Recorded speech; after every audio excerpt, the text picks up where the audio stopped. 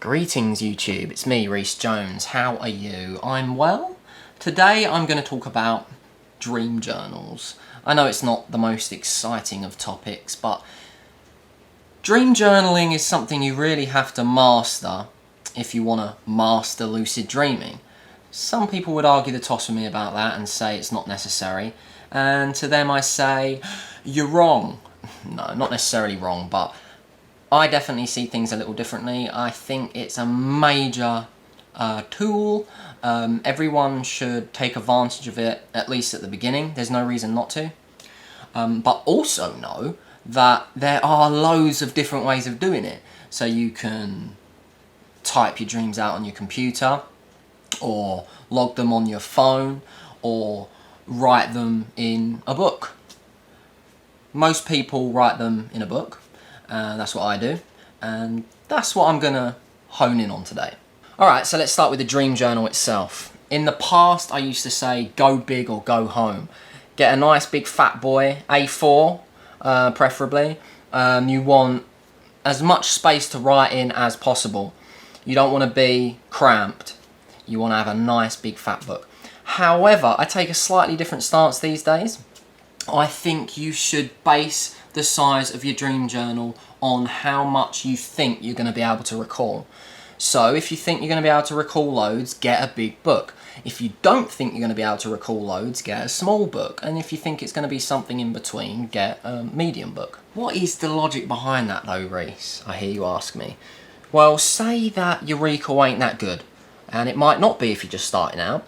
You might only remember 3 or 4 lines each morning. That's fine, but imagine writing 3 or 4 lines out each morning in this big fat book. You're going to be on the first page 1 week later. You're going to be looking at it thinking, this ain't going too well. You know, it's going to demotivate you. It's going to make you think, oh man, you know, I ain't progressing. I ain't, you know, nothing's coming of this. But you write those 3 or 4 lines out in a small book. First of all, it's probably going to be more than 3 or 4 lines all of a sudden. It's going to be potentially half the page. And then you see more progress. It's an illusion, yes. You know, really you're writing down the same amount. Nothing is actually changing.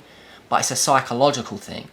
You will feel as if you're progressing more if you write in a small book. It will spur you on. I suppose a safe generalisation to make would be, if you're new to this, start with a small one, move on to a medium one, and then once your recall's in full flow, get the big boy, get the big one, you know. Of course, this is a generalisation because some people are going to be shit hot straight off the bat, and they're going to go straight for the big boy, and that's fine. Just gauge it yourself, you know you better than I know you, so just take my advice and apply it to yourself. Alright, next up you're going to have to decide what type of book you want to write in. There's all sorts of books in the world, you know this, I don't have to tell you that. And I've used pretty much every type of book you could imagine over the years. Here's some examples. I've used roller journals. I've used flip pads. I've used just straight up notepads. I've used hybrids. I don't really know what you'd call that. It's a bit of a hybrid thing. And I've used like small notepads. This is what I'm using right now. Like everything in life, each one has its pros, each one has its cons. This is a perfect example of that. This is the roller journal I used to dream log in. And it's great in one sense because you can flip it right open and lay it flat like that. So it's great. You can write with ease. You don't have to hold the book open whilst writing like you have to do with some notepads. It just lays flat. Brilliant. I absolutely love it for that reason. And the reason it can do that is because of the roller stuff. I don't know what you call this stuff. The black roller bindings. That's what allows you to do that. However, those bindings have their flip side because, look at this thing. It's all coming apart. You see that? And every roller journal I've had always does it. look, this stuff comes sort of apart over time, especially if you're using it a lot. It all just comes apart. So, you've got to weigh the pros and cons basically. And this little guy right here, tiny little thing, and you might write it off, no pun intended, but don't write it off because it has its pros. Portability, great to carry around with you. You get any dream recall triggers during the day, you've got your pad on you. Jot it down, jot some notes down, some keywords down, something that will remind you for when you get back to your proper dream journal later. Or you could even use this as your full-blown dream journal if you think you're not going to remember much each morning. And you could probably fill out a page each time. But the downside is that it is bloody small, and you know, if you are using this as a proper journal and you do remember a lot of dreams, you're going to go through a lot of these. A lot of them. You know, you could potentially go through one of these in a couple of weeks. So again, weigh the pros and cons. Okay, next up, pen or pencil. I personally these days go for a pencil. I used to go for a pen, but now a pencil. And let me explain why. Back in the day, I used to take dream journaling a lot more seriously than I do now. Maybe seriously isn't the right word, but I used to write a lot. Okay, I used to write 6 or 8 bloody pages a morning. It got a little extreme, I think. These days, I write nowhere near as much. I write usually just a page a day.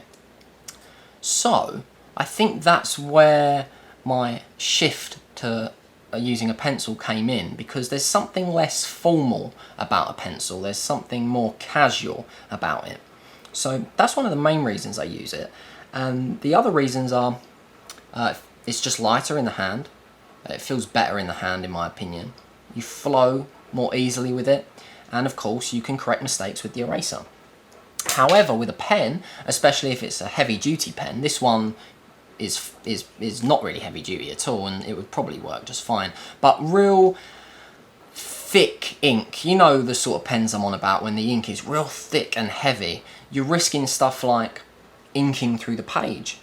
And if you're writing notes or keywords during the night and you're using one of those pens, one of the pens with the really heavy ink, you can potentially make a right mess, especially if you're doing it in the dark. You know, groggy, eyes half closed. You could make a right mess. Trust me, I learnt from personal experience. Also, you can't correct mistakes. You know, of course you can cross the words out, but you're going to just start making a right mess of your dream journal. So, my personal recommendation these days is a pencil. Okay, once you've settled on your preferences, you're going to want to designate 2 areas to the dream journal. This is the next step. The front should be for dream journaling, obviously. The back is going to be for keywords, notes, waking life recall, and all sorts of miscellaneous stuff like dream signs. Okay, next up is formatting. How do we want this thing to look? How are we going to write stuff out? Well, obviously you're going to want to have the dates. That's obvious, that's the first thing. And it's a matter of how you want to do this, because some people will just write the date they went to sleep. Some people will write the following day, because that's when they're actually logging. What I personally do is, if I go to bed before midnight, I will write that date and then say to the next date. So if I'm going to bed at 11 PM tonight, I would write 11:04:14 to 11:05:14. Okay? But if I was going to go to bed after midnight, and it was, you know, the next day, then I would just write 11:05:14. But just do whatever feels best. Another thing I like to do is, by the date, or dates, write down the time you went to sleep and the time you woke up. Okay, this is not vital, it's something I like to do personally because it gives me a way to gauge how many REM cycles I've been through, and it also gives me a way to gauge over time if I'm sleeping too much or too little. I like to try and get every last little bit of helpfulness out of the journal. I like to wring it dry as it were. So at every opportunity, I like to tap into it and say, what else can you offer me? What else can you tell me about myself? So I recommend going ahead and doing this, but if you can't be bothered, don't. Next up, we're going to write the actual dreams down. Obviously, this is the core thing. This is the main thing to your dream journal. This is going to be the thing you reference the most. So try and write nicely. Be nice and tidy. Don't be messy, so when you read it back in a couple of weeks you think, what the fuck is that? You know, so be tidy. And what I personally like to do is try and separate the dreams out as best as I can. This can be hard because I have connecting scenes, I have sort of nebulous chapter transitions, so it can be hard to say this is one dream and this is another, but I try my best, and so I number them out. Dream 1, boom, boom, boom, boom, boom, write it down. Dream 2, boom, boom, boom, boom, boom, write it down. Then I go back and I circle the number of each dream that I was lucid in. So say I write out 5 dreams, and I have 1, 2, 3, 4, 5 by each one, and I was lucid in the last 2, I would circle 4, and I would circle 5. The reason for this is when you come back to the journal to reference it in a week or 2, or a few months or a few years, you might want to have easy access to your lucid dreams. Or you might want to even say, alright, sod the lucid dreams off, I just want to read the non-lucid ones. There are plenty of reasons why you would want to separate the two. So to have easy access, easy reference to the 2 separate types of dreams, just makes things a lot easier for yourself in the future. Okay, another thing I'd recommend is, and this goes back to what I was saying a minute ago about wringing out every last little bit of helpfulness from the dream journal. Start writing reminders and affirmations at the top of each page. So you might write reality check. So every time you see that, you're reminded to reality check. Or write something that makes you feel good, something that is a confidence booster, something like, I am a lucid dreamer. So you look at that and you feel like, yeah, I bloody well am a lucid dreamer. Alright, things are starting to come together now. We've pretty much got the dream journal prepped. One last thing to keep in mind though is a light source. Are you going to need a light source for writing notes and keywords when you wake up during the night? Quite possibly. I personally just write in the dark, but not everyone can do that. If you are going to use a light source, use something like a lamp, a lamp on your side bed cabinet thing, or use a book lamp. Use a subdued light source. Don't use a big blaring light that's gonna, startle you awake and just really mess up your melatonin levels and all that, confuse your body. Try and keep it subdued and try and be as quick as possible. You don't want to expose yourself to too much light because, well, like I just said, it's going to mess with your melatonin levels and it's just going to be harder to drift off. Okay, so we've got a great dream journal prepped, we've got everything ready to go, but have you got any dreams to put in the journal? Hopefully you have. A lot of people don't need help with this, the dreams just naturally come, but some people need some tips. So for those people, here are some tips. Don't go to bed too tired. Don't go to bed too messed up, too drunk, too high. When you wake up in the mornings, don't move straight away. Stay still.